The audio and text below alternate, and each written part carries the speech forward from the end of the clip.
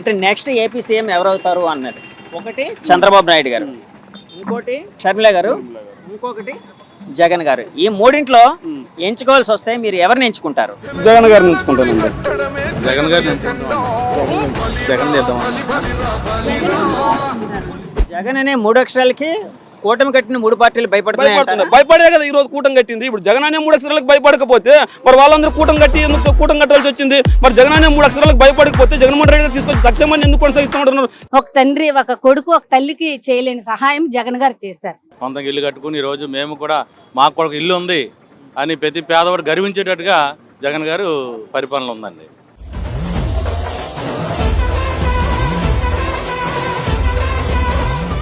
The correct person for AP present situation. ఇతని పరంగా చూస్తే కనుక కంపెనీస్ తీసుకురావచ్చు, అలాగే డెవలప్మెంట్ కూడా చేయొచ్చు. సిబిఎన్ పవన్ కళ్యాణ్ పొత్తులో మంచిగా ఉంటుందని మేము అనుకుంటున్నాము. డెవలప్ అవుతుంది. ఇంతకు ముందు ఈయన వచ్చాడు 5 సంవత్సరాలు ఒక ఛాన్స్ ఇమ్మన్నాడు. ఆయన చేసింది ఏం లేదు. ఇంత 100 రూపాయలు ఇస్తున్నాడు, 5,000 రూపాయలు దొరుకుతున్నాడు, ఏం లేదు. ఈసారి వస్తే ఆ పథకాలు కూడా ఇయ్యాడు. జనాలకు అర్థం కావట్లేదు. సీఎం ఎవరైతే బాగుంటదని. ఒకటి జగన్ గారు అంటే ఇంకా నేను చూపించక ముందే జగన్ గారు అంటున్నారు. ఎన్నో మేలు చేస్తున్నారు. కదమ్మా, ఇందులో ఎవరున్నారు కూడా చూడలేదు మీరు? చంద్రబాబు గారు, షర్మిల గారు. లేదండి, మా గుండెల్లో మా జగన్ అన్న ఉన్నారు. చూపెట్టడం ఇదే ఆయన తప్ప ఇంకెవ్వరు. ఎందుకమ్మా జగన్ గారు అంటే ఎందుకంత అభిమానం? మీ గుండెల్లో ఉన్నారు ఆయన అంటున్నారు కదా. ఎన్నో మరి మా పిల్లలకేటి మాకేటి మరి అందరికి ఎన్నో అద్భుతాలు ఆశ్చర్య కార్యాలు చేస్తున్నారు ఆయన. మరి మన దేశంలో ఆయన వచ్చిన తర్వాత ఎన్నో మేలు జరుగుతున్నాయి. ప్రతి కుటుంబంలో ఎవరో ఒకరు ఎన్నో మేలు మరి అందరికి సహాయం పొందుకుంటున్నారు ఆయన ద్వారాగా. అందుకని మరి ఆయనే ఆంధ్రప్రదేశ్ లో ఆయన మళ్ళా సీఎం గా గెలాలని మా ఆశ, మా కోరిక. ఆయన కోసం మేము ప్రార్థన చేస్తున్నాం. ఆయన గెలాలమ్మా. మరి అంటే ఇప్పుడు చంద్రబాబు గారు, పవన్ కళ్యాణ్ గారికి చాలా ఫ్యాన్ ఫాలోయింగ్ ఉంది. అలాగే పవన్ కళ్యాణ్ గారు చంద్రబాబు గారితో కలిశారు. అలాగే మోదీ గారి ఆశీస్సులు కూడా ఉన్నాయి. మరి వాళ్ళు గెలిచే అవకాశం ఉంది కదమ్మా. వాళ్ళు ఎవ్వరు ఆయన దాటుకుని రాలేరండి. జగన్ గారు దాటుకుని ఆయనే సింగల్ గా వచ్చారు. సింగల్ గా గెలిచి మళ్ళా సింగల్ గా నిరంతరం కూడా ఆయనే సీఎం గా ఉండాలని మా కోరిక. రాబోయే దినాల్లో ఆయన గెలిచి ఆయన ప్రధానమంత్రి అవ్వాలనే మేము ఆశపడుతున్నాం. మళ్ళా జగన్ గారి గవర్నమెంట్ లో అసలు డెవలప్మెంటే లేదంటున్నారు కదా. ఎందుకు లేదండి, ఎవరికి అడిగినా ఏ నోరిప్పినా సరే జగన్ చేసిన కార్యాల పట్ల ఎవ్వరు కూడా చేయలేదన్న ఎవరు చెప్పలేరు. ఆయన చేశారు కాబట్టి అందరూ చెప్తున్నారు. ఉద్యోగాలు అలాంటివి రాలేదంటారు. ఉద్యోగాలు కూడా యమనస్తులకు బోలు మంది యమనస్తులకు మరి వాలంటీర్లు ఇచ్చారండి. మరి ఎన్నో ఉద్యోగాలు ఎవరు కూడా ఎవరిని వదిలిపెట్టలేదు. ఆయన సచివాలయాలు కట్టించారు ఆయనలో. మరి అక్కడ ఉద్యోగాలు మళ్ళీ వారంటీ ప్రతి ఇంటికి వెళ్ళి మరి పేదోళ్ళకి సహాయం చేస్తున్న కోట వచ్చిందంటే ఇన్నాళ్ళేమో లైన్లు కట్టివ్వరండి. ఇప్పుడు ఇంటికే వస్తుంది. మరి పింఛను మరి ఆ ముసలిళ్ళు వెళ్తే మొఖాలు తిరిగి పడిపోయేవారు ఒక్కొక్క దగ్గర. అలాంటి మరి ఫస్ట్ తారీఖు వచ్చేసరికి వాళ్ళకి ఇంటికి వెళ్ళి వాలంటీర్లు మరి ఎంతో సహాయం చేస్తున్నారు కదండి. ఆ వృద్ధులు ఎక్కడికి వెళ్ళకుండా బయటకు వెళ్ళకుండా మరి వాళ్ళ కాళ్ళ దగ్గరికి తెచ్చిస్తున్నారంటే మరి అది మీకు ఎంతో మేలు కదండి. ఒక తండ్రి ఒక కొడుకు ఒక తల్లికి చేయలేని సహాయం జగన్ గారు చేశారు. ఒక కుమారుడిగా మరి పేదల పట్ల ఉండి ఆ తల్లిదండ్రులకి ఎంతో సహాయం చేసినారు. మరి నిజంగా కడుపులో పుట్టిన బిడ్డలే తల్లిదండ్రులకి సహాయం చేయలేదు. మరి జగన్ గారు ఎంతో సహాయం చేస్తున్నారంటే ఆయనే రావాలని మా కోరిక, మా ఆశ. అంతేనండి. థ్యాంక్ యూ అమ్మా. సార్, మీకు 3 కార్డ్స్ చూపిస్తానండి. అంటే ఈ కార్డ్స్లో నెక్స్ట్ ఏపీ సీఎం ఎవరైతే బాగుంటుంది అని ఒక ఇదైతే ఉందండి. ఒక కార్డులో జగన్మోహన్ రెడ్డి గారు, ఇంకో కార్డులో సిబిఎన్ గారు చంద్రబాబు నాయుడు గారు, ఇంకొక కార్డులో షర్మిల గారు. ఈ 3 కార్డ్స్లో మీరు ఎంచుకోవాల్సి వస్తే ఏ కార్డుని ఎంచుకుంటారు? మేమైతే జగన్ గారిని ఎంచుకుంటామండి. ఓకే, జగన్ గారు తీసుకోండి. అయితే జగన్ గారిని ఎందుకంటే జగన్ గారిని ఎందుకు ఎంచుకుంటారు? జగన్ గారు ఆయన మాట ఇచ్చిన ప్రకారంగా ప్రజలందరికీ కూడా ఏమైతే ఆయన చేస్తానని చెప్పి అన్నీ కూడా నెరవేర్చాడండి. ప్రతి కుటుంబానికి కూడా ఏదో మేలు జరిగిందండి. రైతు భరోసా కానివ్వండి, లేకపోతే అమ్మఒడి కానివ్వండి, ఇంకా ఇల్లులు కూడా ఇచ్చారు. ఆరోగ్యశ్రీ ద్వారాగా అన్ని విధాలుగా కూడా ప్రజలందరికీ కూడా ప్రతి కుటుంబానికి ఇల్లులు కూడా ఇచ్చారు. మరి ఇల్లు లేకుండా చాలామంది పేదలు ఉన్నారు. ఈ రోజైతే సొంతంగా ఇల్లు కట్టుకోవడానికి వారు ఎంతగానో సహాయం చేశారు. సొంతంగా ఇల్లు కట్టుకుని ఈరోజు మేము కూడా మాకు కూడా ఇల్లు ఉంది అని ప్రతి పేదవాడు గర్వించేటట్టుగా జగన్ గారు పరిపాలన ఉందండి. జగన్ గారికి ఇప్పుడు ఎన్ని సీట్లు వచ్చే అవకాశం ఉందనుకుంటున్నారు మీరు? నేనైతే ఖచ్చితంగా 150 పైనే ఖచ్చితంగా వస్తాయండి. 150 పైన వస్తాయండి. గురుగారు, ఇక్కడ 3 ఫోటో కార్డ్స్ ఉన్నాయి. అంటే నెక్స్ట్ ఏపీ సీఎం ఎవరవుతారు అన్నది. ఒకటి చంద్రబాబు నాయుడు గారు, ఇంకోటి షర్మిల గారు, ఇంకొకటి జగన్ గారు. ఈ మూడింట్లో ఎంచుకోవాల్సి వస్తే మీరు ఎవరిని ఎంచుకుంటారు? జగన్ గారిని ఎంచుకుంటానండి. జగన్ గారిని. ఎందుకండి జగన్ గారిని ఎందుకు? ఇప్పుడు జగన్ గారిని ఎందుకు ఎంచుకోవాలంటే, మనం ఈరోజు అమ్మఒడి తీసుకొచ్చింది ఎవరండి? జగన్ గారు తీసుకొచ్చారు. జగనన్న విద్యా దీవెన తీసుకొచ్చింది ఎవరండి? జగన్ గారు తీసుకొచ్చారు. అదేవిధంగా ఈరోజు జగన్మోహన్ రెడ్డి గారు తీసుకొచ్చిన ప్రతి వ్యవస్థని కొనసాగిస్తామని చెప్తున్నారు. ఈరోజు అభివృద్ధి లేదంటున్నారు. ఈరోజు విశాఖకు ఋషికొండని తవ్వేశారు అంటున్నారు. ఈరోజు ఋషికొండనే తీసుకుందాం. వైజాగ్లో ఉన్నాం మనం. అదే వైజాగ్లో ఉన్న ఋషికొండ ఈరోజు ఎంత అద్భుతంగా ఉంది. ఆ కట్టడాలు కట్టింది ఎవరు? ఊరికో సచివాలయం తీసుకొచ్చింది ఎవరు? ఇప్పుడు ఒక రాజధాని కూడా లేదంటున్నాడు. ఈరోజు ఊరికొక సచివాలయం తీసుకొని వచ్చాడు. ఆ సచివాలయ వ్యవస్థను కొనసాగిస్తున్నట్టున్నారు. తీసుకొచ్చింది ఎవరు? జగన్మోహన్ రెడ్డి గారు. వాలంటీర్ వ్యవస్థను కొనసాగిస్తున్నట్టున్నారు. తీసుకొచ్చింది ఎవరు? జగన్మోహన్ రెడ్డి గారు. ఈ రోజు ప్రజలు బెంబరథం పట్టట్లేదు జగన్మోహన్ రెడ్డి గారికి. ప్రతిపక్షాలు ఎవరైతే మళ్ళీ మేము అధికారంలోకి వస్తాయని చెప్తున్నారో, జనసేన, టీడీపీ, బీజేపీ కూటమిగా వస్తున్నాయో, వాళ్ళు జగన్మోహన్ రెడ్డి గారు తీసుకొచ్చిన ప్రతి వ్యవస్థను మేము కొనసాగిస్తాం. మళ్ళీ మేము జగన్మోహన్ రెడ్డి గారి కంటే అద్భుతమైన పరిపాలన చేస్తూ ఉంటున్నారు. ఈరోజు అమ్మఒడి జగన్మోహన్ రెడ్డి గారు అన్యాయంగా ఇచ్చారు. క్యాన్సిల్ చేసి ఓట్లు అడగండి. ఈరోజు వాలంటీర్ వ్యవస్థ బాగలేదు, క్యాన్సిల్ చేసి ఓట్లు అడగండి. సచివాలయ వ్యవస్థ బాగలేదు, క్యాన్సిల్ చేసి ఓట్లు అడగండి. మరి వీటన్నిటినీ కొనసాగించినప్పుడు జగన్మోహన్ రెడ్డి గారిని ఎందుకు దించేసి వీళ్ళకి ఎందుకు అధికారం ఇవ్వాలి? ఈరోజు జగన్ అనే 3 అక్షరాలకి భయపడి రాష్ట్రంలో ఉన్న తెలుగుదేశం పార్టీ, ఈ రాష్ట్రంలో ఉన్న ప్రముఖ ఈ తెలుగు 2 రాష్ట్రాలకి హీరో ఒకరు, వాళ్ళందరూ ఏకమయ్యి ఈరోజు అదే కాక దేశంలోనే అత్యున్నతమైన మన ప్రధానమంత్రి నరేంద్ర మోదీ, ఆయన ప్రపంచంలోనే అతి పెద్ద పార్టీకి ఆయన ఆ పార్టీ తరఫున ఉన్నాడు. మరి అలాంటి వ్యక్తి ఈరోజు వాళ్ళందరూ కూటమి కట్టుకొని ఎందుకు రావాల్సి వచ్చింది? జగన్మోహన్ రెడ్డి గారు హీరో కావచ్చు, జగన్మోహన్ రెడ్డి గారు పరిపాలన బాగుంది కాబట్టి, జగన్మోహన్ రెడ్డి గారు సంక్షేమం బాగుంది కాబట్టి వాళ్ళందరూ ఏకమయ్యారు. మరి వీళ్ళందరూ ఏకం కావాల్సి ఎందుకు వచ్చింది? మరి జగన్మోహన్ రెడ్డి గారు పరిపాలన ఎదుర్కొని వీళ్ళు దమ్ము లేదా, ధైర్యం లేదా? జగన్మోహన్ రెడ్డి గారు మంచి చేయలేదు, సింగిల్ గారా? జగన్మోహన్ రెడ్డి గారు సచివాలయ వ్యవస్థ బాగాలేదు, క్యాన్సిల్ చేయి. జగన్మోహన్ రెడ్డి గారు వాలంటీర్ వ్యవస్థ బాగాలేదు, క్యాన్సిల్ చేయి. జగన్మోహన్ రెడ్డి గారు తీసుకొచ్చిన ప్రతి సంక్షేమాన్ని క్యాన్సిల్ చేసి ఓట్లు అడగండి. నేను 2014 నుంచి 2019 వరకు ఇది చేశాను, ఆ పరిపాలన చూసి ఓట్లేయండి. జగన్మోహన్ రెడ్డి గారి పరిపాలన 2019 నుంచి 2020 వరకు ఇది చేశాడు, ఆ పరిపాలన బాగాలేదు, దాన్ని క్యాన్సిల్ చేసి నాకు ఓట్లేని అడగండి. ఎందుకు అడగలేకపోతున్నారు మళ్ళీ వీళ్ళు? అంటే జగన్ అనే 3 అక్షరాలకి కూటమి కట్టిన 3 పార్టీలు భయపడే కదా ఈ రోజు కూటమి కట్టింది. ఇప్పుడు జగన్ అనే 3 అక్షరాలకు భయపడకపోతే మరి వాళ్ళందరూ కూటమి కట్టి ఎందుకు కూటమి కట్టాల్సి వచ్చింది? మరి జగన్ అనే 3 అక్షరాలకు భయపడకపోతే జగన్మోహన్ రెడ్డి గారు తీసుకొచ్చి సంక్షేమాన్ని ఎందుకు కొనసాగిస్తామంటున్నారు? జగన్ అనే 3 అక్షరాలకు భయపడకపోతే వాళ్ళు జగన్మోహన్ రెడ్డి గారు తీసుకొని సచివాలయ వ్యవస్థను ఎందుకు కొనసాగిస్తామంటున్నారు? జగన్ అనే 3 అక్షరాలకు భయపడకపోతే వాలంటీర్ వ్యవస్థను ఎందుకు కొనసాగిస్తామంటున్నారు? జగన్ అనే 3 అక్షరాలకు భయపడకపోతే జగన్మోహన్ రెడ్డి గారు తీసుకొచ్చిన ప్రతి కార్యక్రమాన్ని ఎందుకు వాళ్ళకు కొనసాగిస్తామంటున్నారు? మరి భయపడబట్టే కదా కొనసాగిస్తామంటున్నది. జగన్మోహన్ ఇక్కడ విజనరీ అని చెప్పుకోండి, చంద్రబాబు నాయుడు గారు కాదు విజనరీ, నిజంగా విజనరీ అని చెప్పుకునేవాడు జగన్మోహన్ రెడ్డి. కానీ ఆయన చెప్పుకోవడం చేత కదా, ఆయనకి పరిపాలించడం మాత్రమే చేతనవుతుంది, ఆయనకి ప్రజలకు మంచి చేయడం మాత్రమే చేతనవుతుంది. నిజంగా ఆయనకి పరిపాలన చేత కాకపోతే ఈరోజు జగన్మోహన్ రెడ్డి గారు పరిపాలనకి ఎందుకు బ్రహ్మరథం పడతారు? నిజంగా జగన్మోహన్ రెడ్డి గారు ఇదే వైజాగ్ ప్రాంతానికి రాజధాని తీసుకొని వస్తుంటే వద్దు అంటున్నాడు. మరి ఈరోజు వైజాగ్ ప్రజలు అమరావతిలో వెళ్తున్నారు, రాయలసీమ ప్రజలు అమరావతికి వస్తున్నారు. వాళ్ళు వీళ్ళు అక్కడికి రాలేంది. ఎప్పుడో సంవత్సరానికి ఒకసారి, 2 సంవత్సరాలకు ఒకసారి, 3 సంవత్సరాలకు ఒకసారి ఇక్కడ వైజాగ్ రాలేరా? ఈరోజు మన భారతదేశంలోనే మనకి వైజాగ్ సిటీ మనకి మంచి సిటీ, మరి ఇలాంటి సిటీని రాజధాని చేస్తానంటే ఎందుకు వీళ్ళు వద్దంటున్నారు? మరి వీళ్ళు ఒక కారణం చెప్పాలి కదా, పలానా దానికి రాజధాని చేస్తూ ఉంటున్నాం వద్దని వీళ్ళు చెప్పాలి కదా. మరి ఆ కారణం ఎందుకు చెప్పలేకపోతున్నారు వీళ్ళు?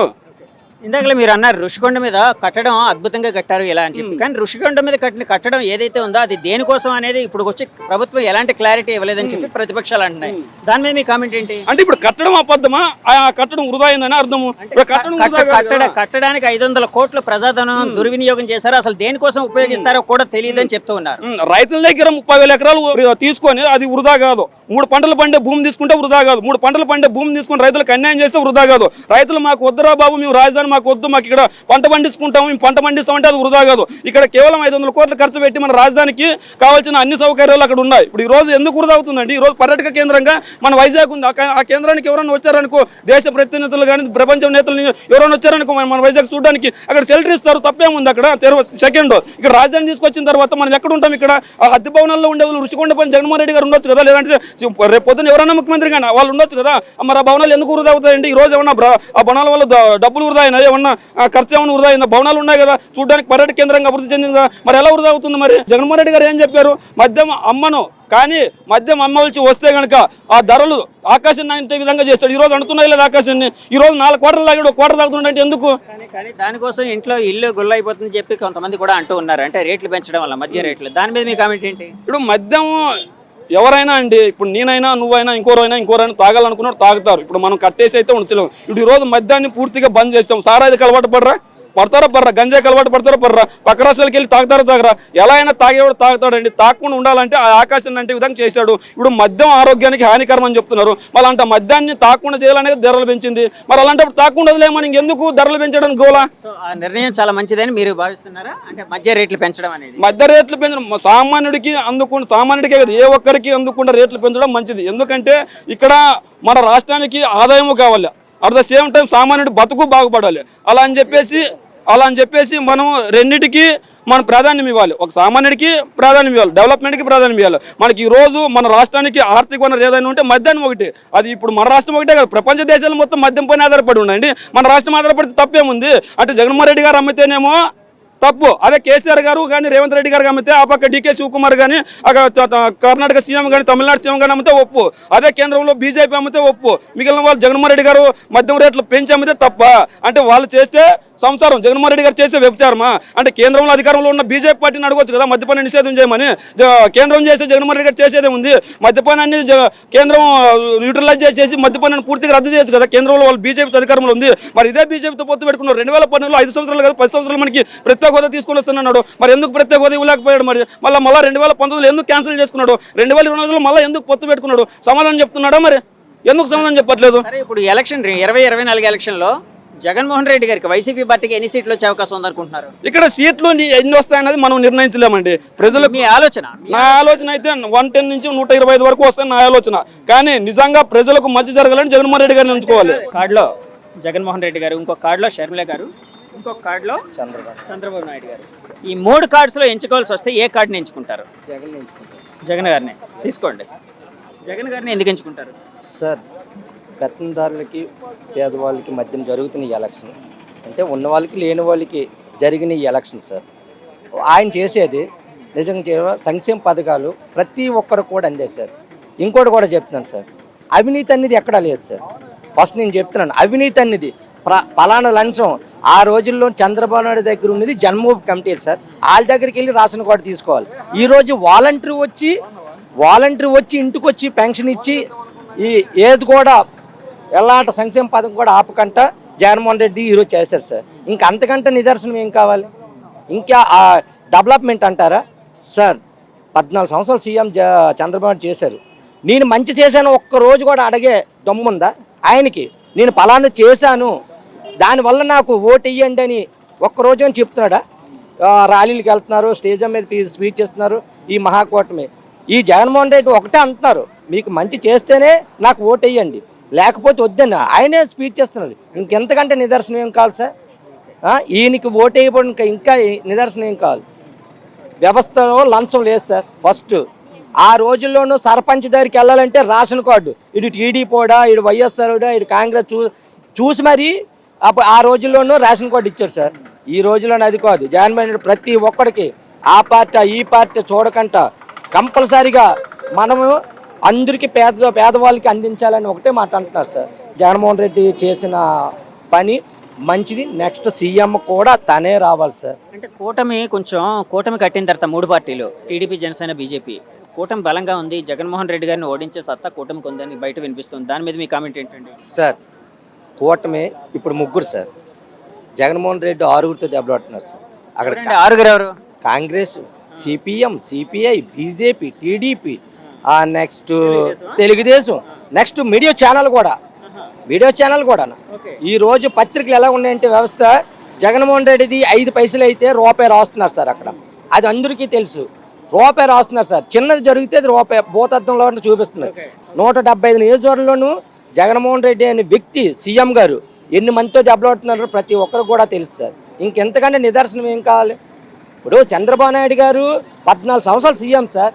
14 సంవత్సరాలు సీఎం అంటే ఆయన సింగిల్గా రావచ్చు కదా. మరి జగన్మోహన్ రెడ్డి మొన్న బచ్చా అన్నారు కదా, మరి బచ్చాతో సింగిల్గా చేస్తే కదా బచ్చా లుచ్చది వెళ్తుంది. ఈ 3 పార్టీలు కలిపి అయినా జనాలు లేరు ఈ ఒక్కడిని కొట్టడానికి. మహాకూటమి పెట్టారు అంటే ఎలా ఉండాలి సార్? వార్ వన్ సైడ్ అయిపోవాలి. ఇప్పుడు వన్ సైడ్లో కనబడుతుందా? లేదు. ఇప్పుడు ఇతనికి ప్రజలు వస్తున్నారు, ఆ కూటమికి ప్రజలు వస్తున్నారు. కానీ ఎవరికి ఓటేస్తారు ఈ ప్రజలంతా వచ్చేవాళ్ళంతా? సార్, సంక్షేమ పథకాలు అందాయి, అవినీతి లేదు సార్. వైఎస్ జగన్మోహన్ రెడ్డికి వేస్తారు సార్. అంటే వాళ్ళకి కూడా జనాలు వస్తున్నారని మీరే అంటున్నారు కదా, మరి వాళ్ళకి వేసే అవకాశం ఉందేమో సార్? మహాకూటమి సార్, 3 పార్టీలు ఇప్పుడు నేనున్నాను సార్, ఏదో ఖాళీగా ఉండి అక్కడికి వెళ్తాను సార్, నేను ఓటేయను కదా. ఇప్పుడు వైఎస్ఆర్కి వస్తున్నారు. చూడడానికి వెళ్తున్నారా?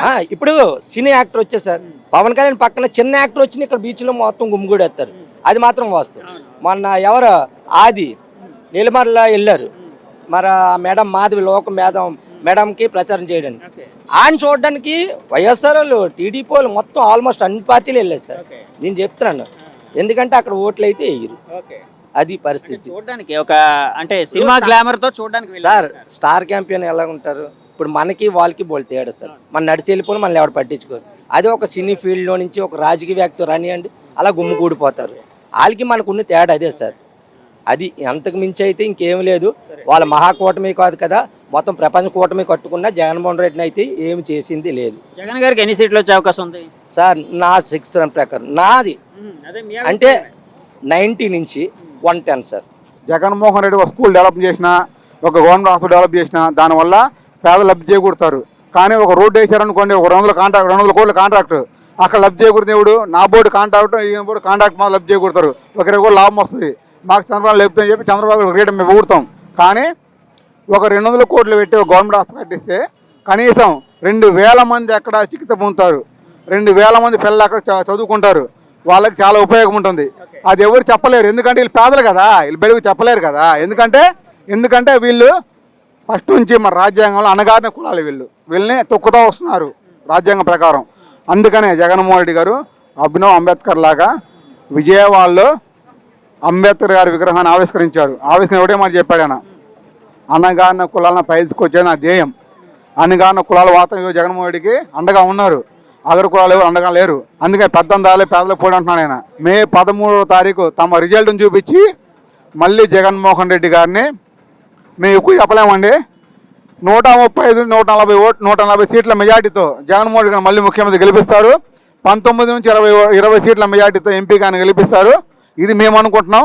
లేదు, జనాల్లో పూర్తిగా మార్పు వచ్చేసి, చైతన్యం వచ్చేసి, జగన్మోహన్ రెడ్డి గారే మా దిక్సూచి, జగన్మోహన్ రెడ్డి గారే మాకు రాష్ట్రం భవిష్యత్తు చూపిస్తాడు, జగన్మోహన్ రెడ్డి గారు మేము నమ్మిన వెంటూ అని వాళ్ళు అనుకున్నారంటే 170 సీట్లు ఆయన ముఖ్యమంత్రి కూర్చోబెడతారు, 25 ఎంపీ సీట్లు ఇస్తారు. ఈ రాష్ట్ర భవిష్యత్తుని దిశని మార్చే మొత్తం ఒక ఓటర్ చేతిలో ఉంది. ఆ ఓటరు రేపు మే 13వ తారీఖు తమ ఓటు వినియోగించుకోబోతున్నాడు, అక్కడ నిర్ణయం అయిపోతుందండి. గురుగారు, ఇక్కడ 3 కార్డ్స్ మీకు చూపిస్తున్నాను, నెక్స్ట్ సీఎం ఎవరైతే బాగుంటుంది అని చెప్పి. ఒకటి జగన్, షర్మిల గారు అండ్ చంద్రబాబు గారు. ఈ ముగ్గురులో చూజ్ చేసుకోవాల్సి వస్తే ఎవరిని చూజ్ చేసుకుంటారు? జగన్ చేద్దాం అనుకుంటున్నా. జగన్ గారు సీఎం అవుతారనా? అంటే జగన్ గారు సీఎం అవ్వాలనా? అవునవునవును. దేనికోసం అంటారు? కొంచెం డెవలప్మెంట్ చూశాను నేను మా సైడ్, కొంచెం ఎడ్యుకేషన్ కానీ, కొంచెం ఇంగ్లీష్లో మాట్లాడడం కానీ, లైక్ ద వే స్కూల్స్ కానీ చాలా ఇంప్రూవ్ అయ్యింది. సో కొంచెం పేదలు కూడా వాళ్ళకి ప్రతి ప్రొఫెషన్కి ఒక మనీ ఇవ్వడం, లైక్ ఎంత అని వాళ్ళు కూడా. సో పేదలందరూ ఏదో ఎంతో కొంత బాగుపడ్డారు, బెనిఫిట్ అవుతున్నారా? యా. ఒకటి జగన్ గారు, ఇంకోటి షర్మిల గారు, ఇంకోటి చంద్రబాబు నాయుడు గారు. ఈ మూడింట్లో చూజ్ చేసుకోవాల్సి వస్తే మీరు ఎవరిని చూజ్ చేసుకుంటారు? తీసుకోండి, జగన్ గారిని చూజ్ చేసుకుంటారు. జగన్ గారు ఎందుకు సీఎం, అంటే నెక్స్ట్ సీఎం మళ్ళీ ఆయన ఎందుకు అవ్వాలనుకుంటున్నారు? నెక్స్ట్ సీఎం ఎందుకు అవ్వాలనుకుంటున్నానంటే చంద్రబాబు నాయుడు చాలా హామీలు ఇచ్చారండి. స్టార్టింగ్లో లాస్ట్ ఎలక్షన్స్ అప్పుడు చాలా హామీలు ఇచ్చారు, కానీ అవి చేస్తానని చాలా హామీలు ఇచ్చారు, కానీ ఏవి కూడా చేయలేదు. ఇలా నిరుద్యోగులకి మేము 2000 వేస్తాము, చాలా వేస్తామని వేయలేదు. మేము ఒక విధంగా ఎందుకు ఆలోచిస్తున్నాం అంటే, ముసలి వాళ్ళకి, ఇలాంటి వాళ్ళకి, వితంతువులకి, వీళ్ళకి కొంచెం సహాయంగా చేస్తున్నారు, ఆర్థికంగా సహాయం చేస్తున్నారు. ఇప్పుడు ముసలి వాళ్ళు ఏంటంటే ఒకరి మీద డిపెండ్ అవుతారండి. ముసలి వాళ్ళందరూ ఎవరు జాబ్లకు వెళ్ళలేరు. ఇప్పుడు ఏదో 2000, 3000 ఇస్తున్నారు కాబట్టి ఆ పిల్లలు కాస్త ఎవరైనా ఉంటే చూస్తున్నారు తప్పించి, ఇంకా ఆయన ఏమంటున్నారు, ఒకవేళ వాలంటీర్స్ని తీసేశారు లాస్ట్ మంత్, ముసలి వాళ్ళు ఎంత ఇబ్బంది పడ్డారండి.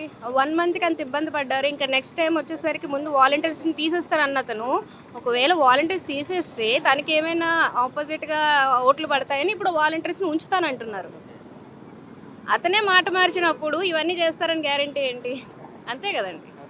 ఈయన ఒకవేళ మిగిలిన వాళ్ళందరికీ ఇస్తున్నా సరే ఈయన చెప్పిన మాటలు నిలబెట్టుకున్నాడు కదా. దాని ప్రకారం చూస్తే ఆయన లాస్ట్ ఎలక్షన్లో చెప్పినవి ఏవి నిలబెట్టుకోలేదు. చెప్పడం అయితే చెప్తున్నాడు, కానీ గెలిచిన తర్వాత ప్రజలను మర్చిపోతున్నాడు. ఈయన ప్రజలు మర్చిపోలేదు కదా. వినిపిస్తుంది ఏంటంటే అండి, జగన్ గారు వెల్ఫేర్ అయితే అద్భుతంగా చేస్తున్నారు కానీ డెవలప్మెంట్ అనేది అసలు చేయట్లేదని వినిపిస్తుంది. దాని మీద మీ కామెంట్ ఏంటండి? చంద్రబాబు నాయుడు గారు కూడాను చాలా డెవలప్మెంట్ చేస్తాను అది ఇది అన్నారండి. విజయవాడలో అమరావతి అన్నారు, అదన్నారు ఇదన్నారు, చాలా అమౌంట్ పెట్టారు కానీ అక్కడ ఏం కట్టలేదు కదండి. అక్కడ రియల్ ఎస్టేట్ జరిగింది కానీ ఏం కట్టలేదు. ఇప్పుడు జగన్ గారు మళ్ళీ ఇంకోసారి అధికారంలోకి వచ్చి సీఎం అయితే వైజాగ్ క్యాపిటల్ అవుతుందనే ఆలోచన ఏమైనా ఉందమ్మా మీకు? ఎందుకంటే ఆయన మాట్లాడితే ఒక మాట అయితే అంటున్నారు, నేను ఇంకోసారి అధికారంలోకి వస్తే ఇక్కడే ప్రమాణ స్వీకారం చేస్తాను, వైజాగ్లోనే చేస్తానని చెప్తూ ఉన్నారు. అంటే ప్రస్తుతానికి మేము చూస్తున్న దాన్ని బట్టి అయితే ఆయన అయితే ఇచ్చిన హామీలను నిలబెట్టుకున్నాడు. ఫస్ట్ ఆయన సీఎంగా ప్రూవ్ చేసుకోవాలనుకున్నాడు, ప్రూవ్ చేసుకున్నాడు ఆయన ఇచ్చిన హామీల ద్వారా. నెక్స్ట్ ఏం జరుగుతుంది అన్నది చూడాలి. ప్రస్తుతానికైతే చూసాం, నెక్స్ట్ ఏం జరుగుతుందో చూడాలి కదా. ఇంకొక ఛాన్స్ ఇస్తే నెక్స్ట్ ఏం చేస్తారో చూడాలి కదా. ఇప్పుడు ఆపరేషన్ లేకుండానే మోకాళ్లకు ప్లాస్మా ట్రీట్మెంట్. మీ ఆర్థోపెటిక్ సమస్యలన్నిటికీ రోబోటిక్ టెక్నాలజీ ద్వారా తక్కువ ఖర్చుతో శాశ్వత పరిష్కారం. ఫ్రీ కన్సల్టేషన్, ప్రతి ట్రీట్మెంట్ పై 20% డిస్కౌంట్. ఈ ఆఫర్ కొద్ది రోజులు మాత్రమే. త్వరపడండి. V9 hospitals 9281465842.